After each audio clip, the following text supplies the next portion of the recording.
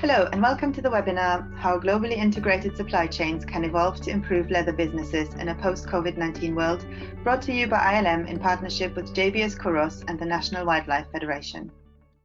I'm Isabella Griffiths. I'm the editor of International Leather Maker, the leading leather industry business information brand. I'm joined today by three speakers who represent different parts of the wider leather supply chain. The webinar will be divided into two elements, a presentation followed by a panel discussion, which both aim to help businesses navigate the new reality post-COVID-19. Undoubtedly, the pandemic has thrown up unprecedented challenges on businesses and societies as a whole. When the crisis has passed, the world will be fundamentally different and we will be faced with a new normal. Right now, the top priority for businesses and organizations is to plan for the future and this new post-COVID-19 landscape, and to devise and implement strategies that will adapt to the new world order. In this webinar, we will examine how supply chains might change, the impact on sustainability goals, and how businesses can prepare and adapt to a new global leather marketplace. But before we dive into the topic, I'd like to introduce today's panel of speakers. Firstly, we have Kim Sena, Sustainability Manager at Brazil-headquartered global hide and leather supplier JBS Couros. Kim is working on green solutions to the leather business, from process optimization and assessment to the minimization of the consumption of natural resources. He was also among those responsible for the design and creation of Kind Leather and the traceability interface JBS 360. Kim will introduce the concept of Kind Leather and its benefits as an example of a more sustainable approach and minimizing the environmental impact of leather production in the future, exploring new business concepts and practices for a post-COVID-19 world. I'm also joined by Mauricio Bauer, Senior Corporate Engagement Specialist at the National Wildlife Federation. Mauricio has built his career in the private sector in production and trading of agricultural commodities in Brazil, Australia, and in the United States. He supports NWF's corporate engagement efforts focused on eliminating the loss and degradation of tropical and subtropical forest ecosystems in Latin America that result from the production of key agricultural commodities, primarily beef, leather, and soy. He is also responsible for supporting the development and execution of NWF's corporate engagement activities with companies in North America, Latin America, Europe, and Asia, coordinating efforts with coalition partners. And finally, I can also welcome Andy Pleatman from Chinese tannery Asiatan. Andy is in charge of vision and direction for Asiatan, which is a manufacturer of leather for global footwear brands based in southern China.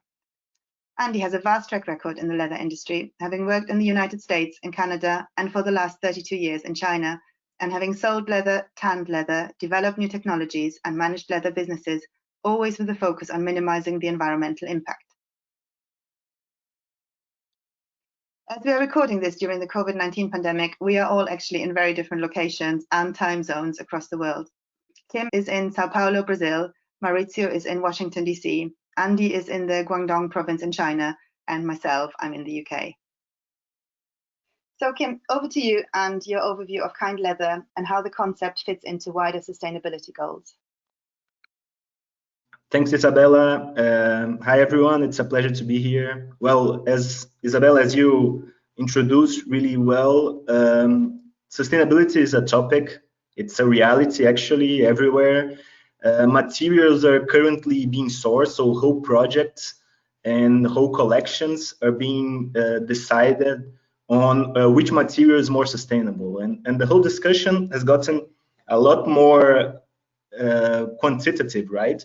So, well, I think this topic fits completely well to the moment because the drivers were already there, but they're just being catalyzed. The discussions have only got stronger. So when we look at the solutions nowadays, we'll have to look at the supply chain as a whole organism, not as single cells, right? Because, well, there, of course, have solutions or partial solutions. So small implementations, they can help and they should help. But if we are talking about really providing change, we have to look at the supply chain as a whole.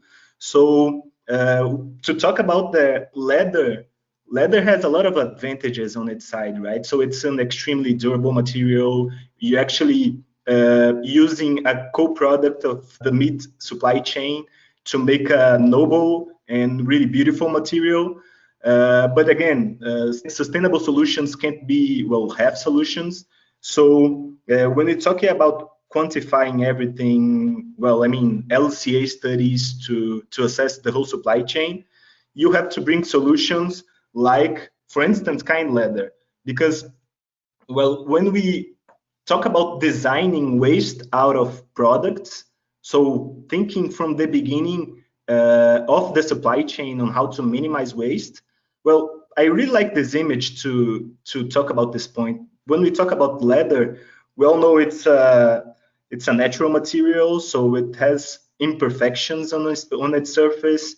And what we can see here on this digitized image of a leather is that from those blue and red spots, is that the defects, they are mostly concentrated in the bellies and in the specific regions of the leather. Besides the fiber structure being so different everywhere, the defects also are concentrated in different parts because, of course, insect bites, scratch marks, or even stretch marks also. So when we look at this, well, we can make this question, right? Why do we take all this surface all the way through the supply chain? So we use chemicals, we use energy and water for each square feet of it. And in the end, we cut some parts of this off, which could be originally cut from the beginning. So the main concept of eco-efficiency of kind leather revolves around that. So what we do with this product is cutting these parts of the material which are most probably not going to be used further on the supply chain, where it's still, these parts can still be used as raw materials for different industries such as collagen or pharmaceutical industries. And this image, I think, explains really well because, as you see, the waste, it's actually minimized a lot in the end because, and this is measured before and this is proved in any segment of leather producing, you can actually improve considerably the cutting efficiency of the leather. So when we look at this, this is mostly the eco-efficiency part of leather, because when you talk about the whole supply chain, you can translate that maximized efficiency in cutting in using less resources all the way back. For instance, it's straightforward as this. If you need less area of leather to produce each shoe or each sofa, and then you need less of everything all the way back. But that's the eco-efficiency pillar of kind leather. But being sustainable, again, you can't be half sustainable. So it's also a commitment with traceability and responsible sourcing. I'd like to get a little bit deeper into that. So when we talk about the monitor system for sourcing raw materials, of course, that's a really big agenda. That's a really big discussion. JBS nowadays has one of the most robust systems on tracking the supply chain and tracking the animal sourcing. So nowadays, we've already blocked until today up to 9,000 farmers. It actually works as different parts of the company. So sustainability department works on blocking, which has nothing to do with procurement. So working like this independently, we can really make sure no animal will be bought from areas that are related to deforestation or slave work. And this also works straightforward like this, but it's a really huge area. That's why the system is so complex and so robust. It's audited yearly. The last audit, we got 100% compliance with the guarantees of the animals.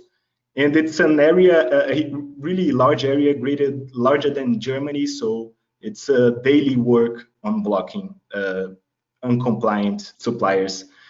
And how you translate that into leather, how we can connect the databases from the animal sourcing for the meat packing industry and the leather producing is by the fresh ideas, how we call it, but the traceability stamp that's in every hide. So every hide has this stamp where we can track the slaughter day from where that hide came from. And when we do that, we can, by physically looking at each hide, we can actually track those farms that sold those animals to the packing house. We've had that for many years, but we decided recently to provide the whole market this web interface, which is easy to use. You can see up there that it's one click away. You type the traceability stamp in our website, which is called JBS 360. There's the URL, jbs360.com.br. And by typing the traceability stamp and pressing enter, you can find out which was the tannery for that specific hide, which was the slaughterhouse, and the farms which compose the slaughter on that specific date. And you can see a map to get a grasp of where that farm is. And that's open for everyone. I invite you to access the website and try yourselves this traceability one click away.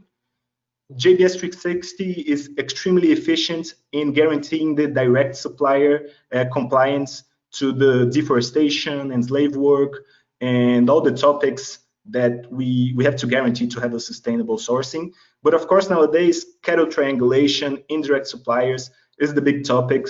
It's something that we are looking at from every perspective. It's actually a deeply structural problem. So it's not something that anyone can solve alone. So this is something that needs stakeholders from the public sector, is something that needs NGOs working together, and of course, the private sector. So I say that it's not something anyone can solve alone, because the information for you to track the farmers that rear that animal before the last farm, they are not in any document nowadays. So you can't actually, as a meat packer, know if that came from a farm that did comply or did not. So the solutions have to revolve around that. So bringing the data so that the decisions can be made. And again, that's something JBS is very engaged in, being a driver for change. We are now working with the public sector, so with the Federal Prosecution Service in Brazil, also the Ministry of Agriculture, and really strong NGOs who are really engaged in the fight against deforestation to provide a solution. And we actually look at it as a big picture. So it's actually more than that. We think to provide change, we have to work together with suppliers to educate, to discuss, to bring all these topics to the table and provide materials and forums for us to make all these discussion more relevant. So it's not only about indirect suppliers. It's when you do that, you can tackle animal welfare together, farm productivity, which actually has to do with the environmental footprint also. So it's actually a way broader discussion that we are really engaged to provide change in the really near future. We actually with 4 projects today in parallel to tackle this situation, and we're pretty confident we are gonna have really strong results and provide change. And well, this is what I had to say about Kind Leather. So Kind Leather, when we look at it, we look as a platform on sustainability. We look on bringing together any solution, any idea about leather that can make it more sustainable. So I invite you to be with us in this journey, and I'm sure we will be able to make things different and better for the whole world. So thanks. Thank you very much for this presentation, Kim. I think it has really highlighted the importance of sustainability and sustainable business models and how relevant they are in a much broader context, especially even more so in the post-COVID-19 scenario, which is what we're going to discuss in our panel discussion. So I would now like to open up the topic for further discussion and analysis and bring in the other 2 panelists. Mauricio, if we can start with you, what is your assessment of the biggest challenges global businesses will be facing post-pandemic, and how has this perhaps shifted compared to if the pandemic hadn't happened? Yeah, well, thank you. Thank you. First of all, thank you for having us here. so we can talk a little bit about our perspective in this situation. The way we see the markets will be reopening gradually, and most likely will be following the Maslow pyramid of needs, and companies will have to adapt to a situation where they're going to be rebuilding their customer base. They're going to be reopening, revitalizing their supply chains, and we think one of the challenges will be to avoid any setbacks or any situations where this reopening can be jeopardized. One of them is prevent reputational risk. And reputational risk is directly associated with the sustainability, the transparency, the clarity that the company has with their customers. And we know today customers are more and more aware. It's hard for a company to tell something that is not entirely true, because in this day and age, it's very easy to access information and realize and challenge the assumptions or the statements that a company is making. So the more a company is transparent, the more a company demonstrate commitment to the true values and connect to what the customers expect, we believe this reduces a lot the reputational risks in a post-COVID world. This is my initial assessment. I don't know what the other panelists think about that. So in this context, why would you say then is hide and skin and semi-processed leather traceability and transparency across the whole leather supply chain key, and also with view in a post-COVID-19 scenario? I say it's key because it's a way to demonstrate commitment to the actual situation, to a situation that will be more and more known by the grand media, by the customers, once this COVID-19 pandemic leaves the front page of the news. Deforestation in the Amazon is as high as has ever been. So the recent data is demonstrating that the clearance in the Amazon is peaking for decades, and this will most likely be in the news once the COVID-19 pandemic subsides. And we believe that companies that are stakeholders or have products that originated from the Amazon in their supply chains will be asked to demonstrate their diligence and their stringence in that deforestation from their production. So in that sense, transparency, supply chain governance will be more relevant than ever. Okay, thank you. Andy, if I can pose the same question to you, what is your assessment of the biggest challenges, and what is your take as a leather manufacturer on the need for traceability and transparency going forward? The first part of the question is simple to me. It's surviving. This is, a world event. Stores, there were 87 countries in lockdown. You can't make anything if there's no stores open to sell anything. So as a leather manufacturer supplying footwear manufacturers, business is catastrophic. So the first thing is to survive. Before this, I was going to grow 25%. The second problem is liquidity. There's not enough operating capital in this industry, both the footwear industry, the factory, the tanners, even the suppliers. So there will be a lot less people in this business. And to Mauricio's point, I think the people that will survive are the people that did have best practices, because they invested in their business and they had a vision and have the capital to survive. So I don't think it's only the big that are going to survive. I think the big, the small, and the medium all have the same problems today, but it's going to be the people that have really invested in best practices. The other point I'd like to make is that, the big world problem today is unemployment. And it will continue to be unemployment. The consequence of this virus is a loss of jobs. So the big change that I'm trying to make and am making is that it's not about, we've been in a society that wanted to replace jobs. 3 months ago, 4 months ago, I couldn't get people to work in a tannery.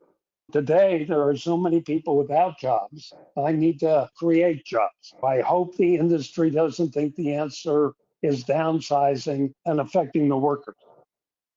To me, the answer is being smarter and being more efficient and looking at cost and waste and not workers. And Kim, I know you touched on some of these aspects already in your presentation, but is there anything else you would like to add on this particular point? Well, I think when we look at it, when we talk about the short term, well, it's everything going to be about survival. So you will see actually some moves on making processes leaner. But even though we have to look at it that way in the short term, when we look at the long term, we have to look at it at the sustainable solutions as a whole. So we won't be able to only look at it in 2 years or in 3 years. We have to look at it now in some way. So I really think companies, if you talk about survival, you have, of course, to look at solutions in the short term, but also to be thinking on how to make your processes leaner and cleaner in the long term. Because you see there are some short-term trends, for instance, well, single-use plastic, some people are making it more necessary in the short term. Well, some countries and some states that had recently forbidden plastic in supermarkets, for instance, they're asking for them to be available again for the short term, of course, because nowadays people don't want to reuse bags and such materials many times. But of course, when we look at the long term, none of that will be sustainable. None of that will be relevant in the long term. In the long term, you will need sustainable options to survive. So let's delve a little bit further into this topic. How important is it that sustainability and things like corporate social responsibility remain at the top of the agenda in supply chain management? Are you all concerned that important goals towards making the leather supply chain more sustainable will be perhaps moved lower down the agenda for businesses post-COVID-19? Mauricio, maybe you can shed some light on this first. From the perspective of an NGO, which is obviously involved in many aspects of conservation of wildlife, habitats, and the protection of indigenous people. How do you view this, and how can businesses be encouraged to put this first, especially those who may feel the need to prioritize other aspects or maybe more economic factors? Yeah, that's actually a very good question. Well, first of all, it's important to notice that there are different types of, when we talk about NGOs, we're not talking about organizations with the same profile or with the same operating the modus operandi.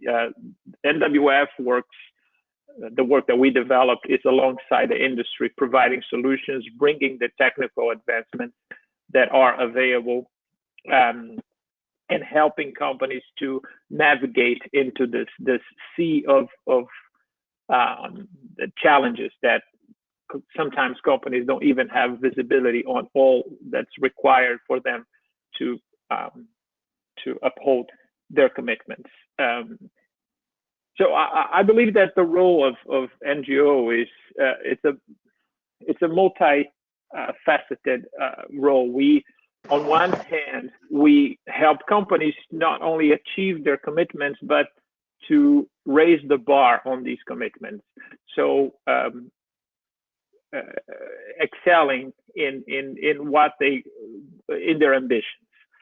The second role is to do this interface between academia, between other NGOs and the private sector in translating to the companies their needs and what's required and what's asked of them as a player in the society as well in general. And the third aspect is to make sure a company is held accountable for their practices, to make sure the company is always stringent in maintaining their best operating status as far as their impact in the world that we live in.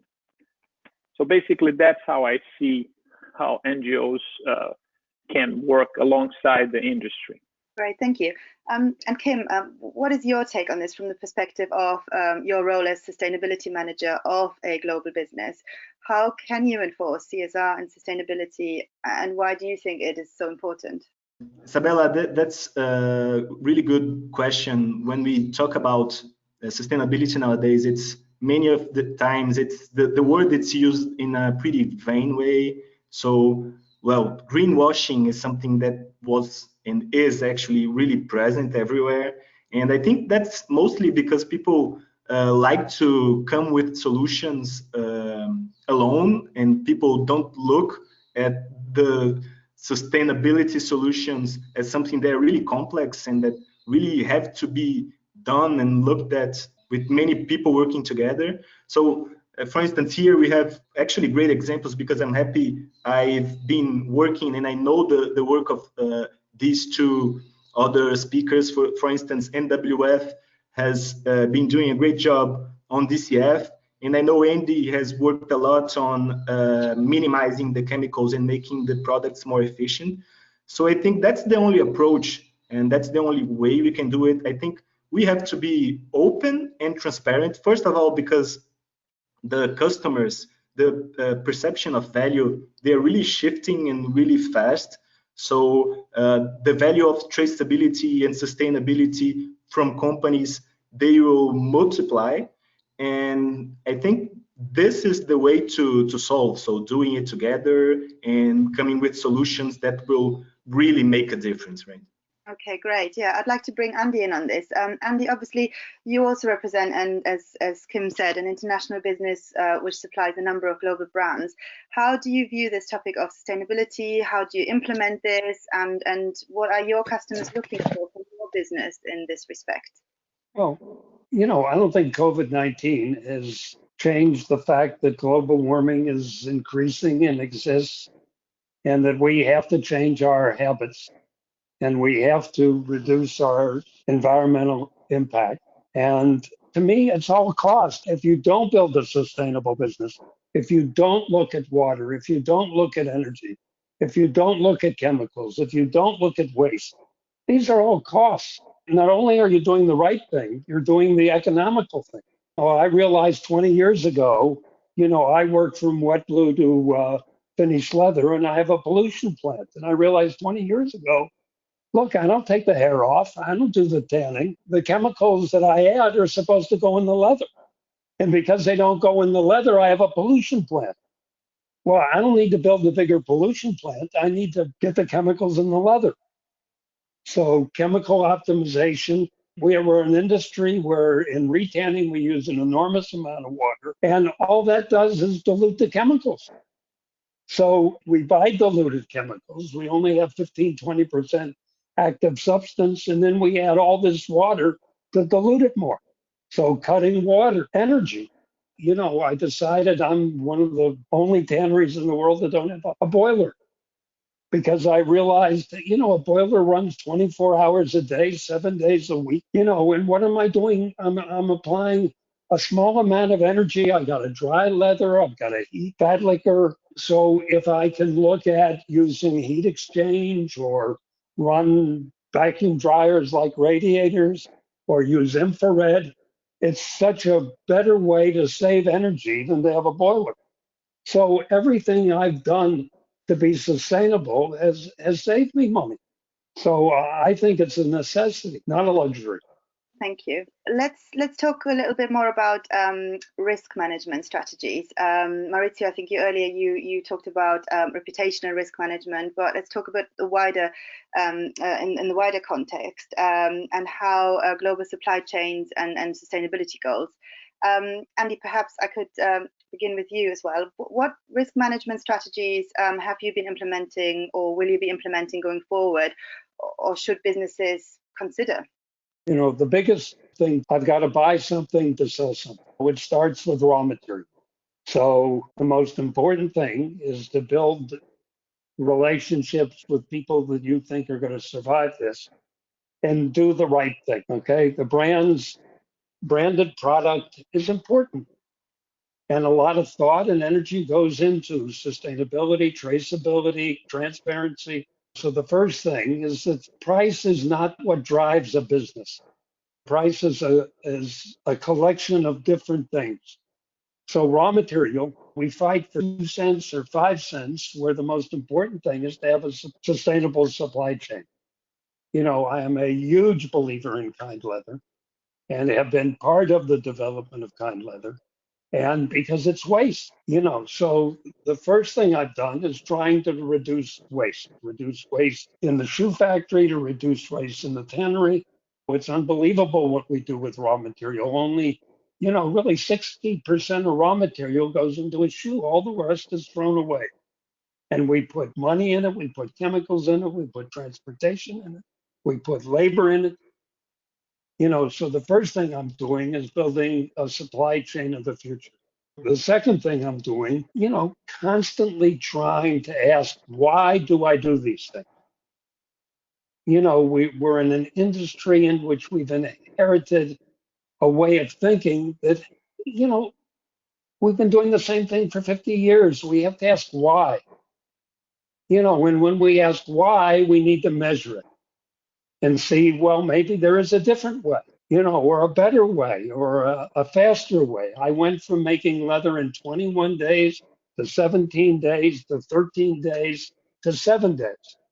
Today, 80% of the leather I make from wet glue to finish in 7 days, because I asked why.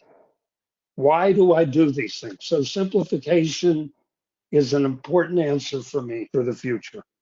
It's constant improvement, it's simplification, it's attacking waste, and it's dealing with chemical optimization. And it's an ongoing process. It is never done. Yeah, I think that's a very important point, and it's, yes, you're absolutely right there. Kim, what about JBS? Can you tell us a bit more what risk management strategies you are implementing? Well, I think, well, this is a great question. I think Andy made a really good point there. When your supply chain becomes leaner, you become more efficient and you win both in a more sustainable supply chain, but also your operational processes, they become more efficient, right? So you are able to make more money out of the process. So it's a win-win situation. And I think when the traceability concepts, they are more diffused in the company. So when you have the processes more connected together, you're able to, and I think the leather industry has a long way ahead in that sense, that you're able to capitalize more on, for instance, data correlation and all industry 4.0 concepts. So you can get the information and data to work for you, and you, of course, can get more profitable in your processes. So I think it's pretty much about that. So when you talk about risk management, is first of all preparing for leaner processes. And also, I think the other way to look at it is talking about sustainability acculturation in the company, because it won't help if only 3, 4, 10, 20 people in the company, maybe those who are making the decisions, they really believe in it and they work towards it, but that's not sustainable for the future, right? So I think it's about discussing the benefits for the environment, for the company, for everyone actually, about making processes more sustainable and discussing those examples and bringing those solutions to everyone everywhere in the company, because then you have a lot more chances of making all these processes stronger in the long term. And if a new crisis comes in the future, you'll be more prepared and more agile to move around. So I think those are two big topics we have to look at when we talk about risk management strategies. And Mauricio, from an NGO perspective, what do you see as viable risk assessment strategies and goals? From an NGO perspective, it's actually very good to see an actor like JBS acting the way they are acting. So they're not only taking care of the aspects pertaining to leather prior to the tannery, but also post tannery. So by engaging with actors, and this is a good example in this webinar, positioned in different points in the supply chain and with the civil society as an NGO. In my opinion, this is the safest way to protect your business. So what Andy mentioned is incredibly interesting, how a constant revision of your processes can lead to optimization of resources, optimization of use. And prior to leather becomes leather, when it's still part of the animal in the field, there are aspects related to this leather that are hard to measure from the standpoint of the intrinsic qualities of the leather.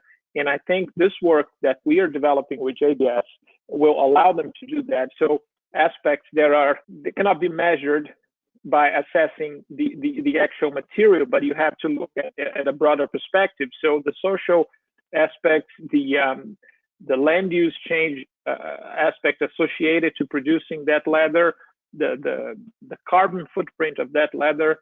So by doing this comprehensive approach, in my opinion, is the best way to tackle this situation and to protect the company from future crises, to maximize their business.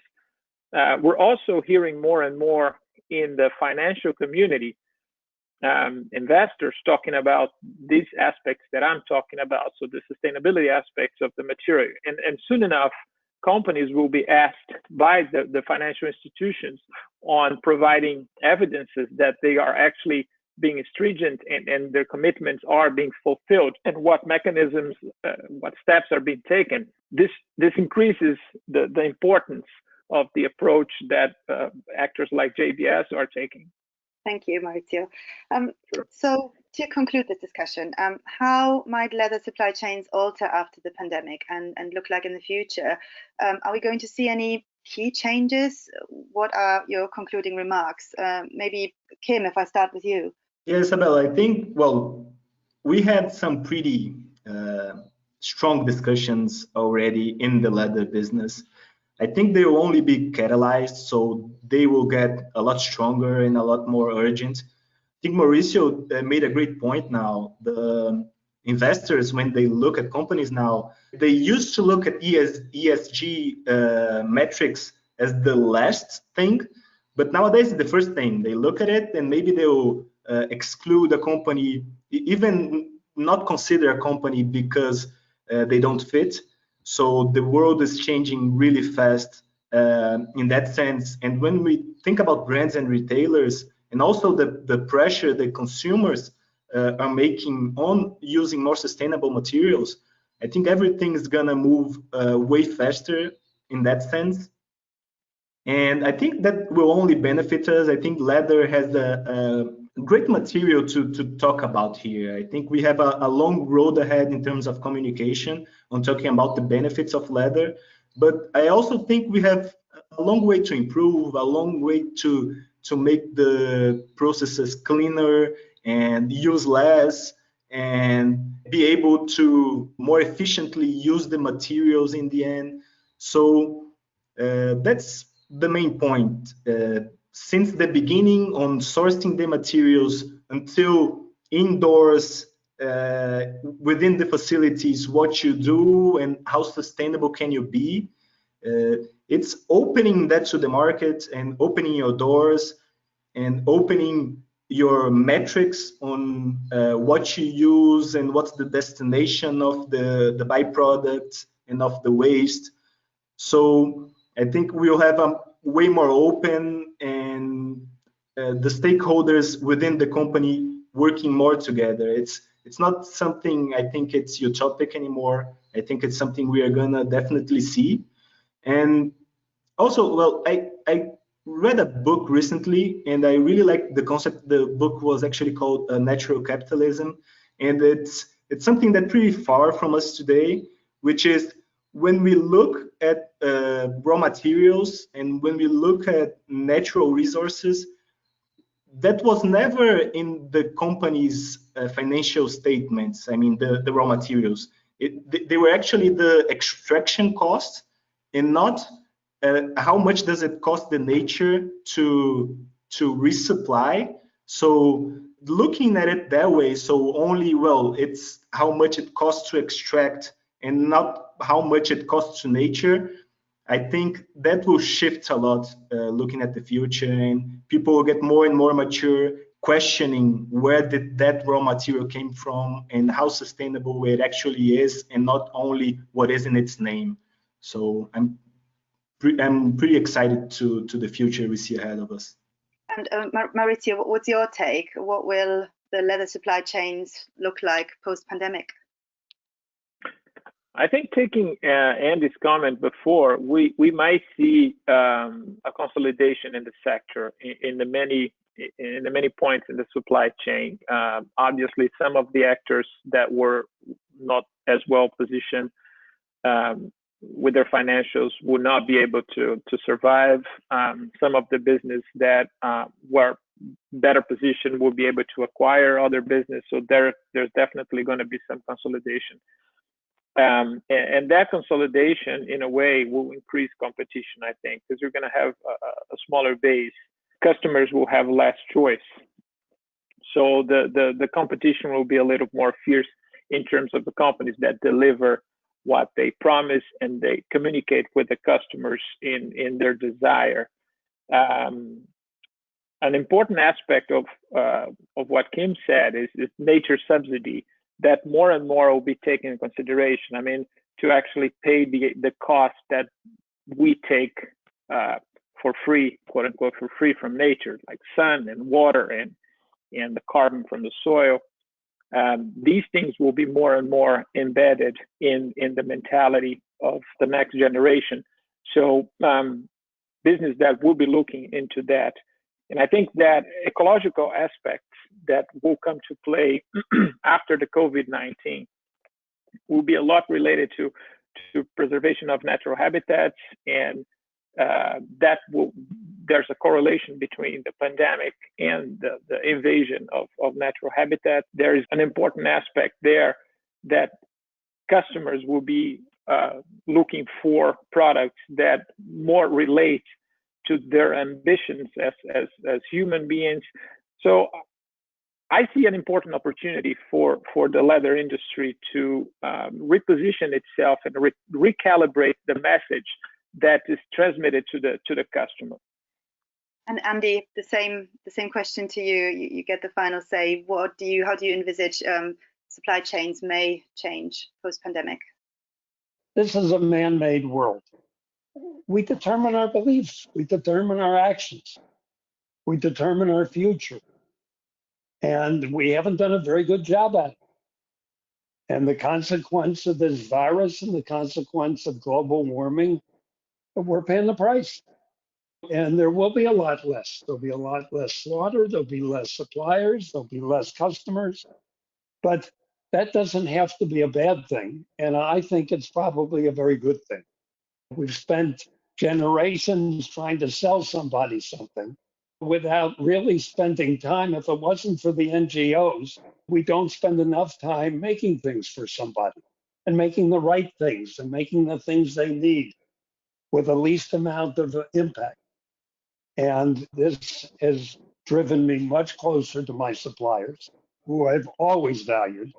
And it's driven me much closer to my customers because, now I've got time to make what they need.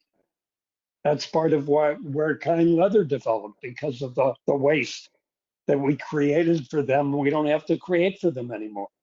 It gives us more chance to work together to build a better, more sustainable future without just trying to sell somebody something for the sake of making money. So, I think the future is bright, not dim.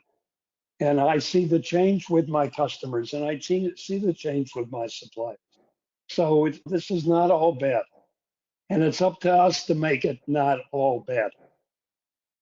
Excellent. I think that is a great sentiment to end on. The future is bright, and it's up to us to make it into even better. So this concludes our webinar. Thank you very much to our panelists for joining me today, and especially to JBS Couros and the National Wildlife Federation for partnering with us to present these webinars at a time when the global leather supply chain is under pressure, undoubtedly, following the global pandemic. I hope our audience will agree that it has put forward a number of highly interesting points. We will share any questions from the audience, which we did not cover today, with the panel. This webinar is part one of a two-part series that ILM is presenting in partnership with JBS Couros and the National Wildlife Federation. Part two, titled How Can Leather Businesses Transform Themselves, Repositioning the Industry to Minimize Risks in the New Market Reality, will be broadcast shortly, featuring a different panel of industry experts from different parts of the world. To find out more or to register for the second webinar, please visit the events section of the ILM website. We will be posting the full webinar online shortly in case you would like to listen to it again. A link to the recording will also be sent out to everyone who registered. Finally, you will now be asked a short survey about today's webinar, which will give us valuable feedback to ensure we're offering content that continues to be of interest to you. ILM will be hosting more free-to-attend webinars as well as new podcasts over the coming weeks and months, so please keep an eye out for future topics on the ILM website. Our contact details can be seen on the screen in front of you now. For more information, please visit the events and podcast sections at internationalleathermaker.com to download or register for our upcoming webinars, podcasts, and other leather industry-related content. Thank you all again, and goodbye.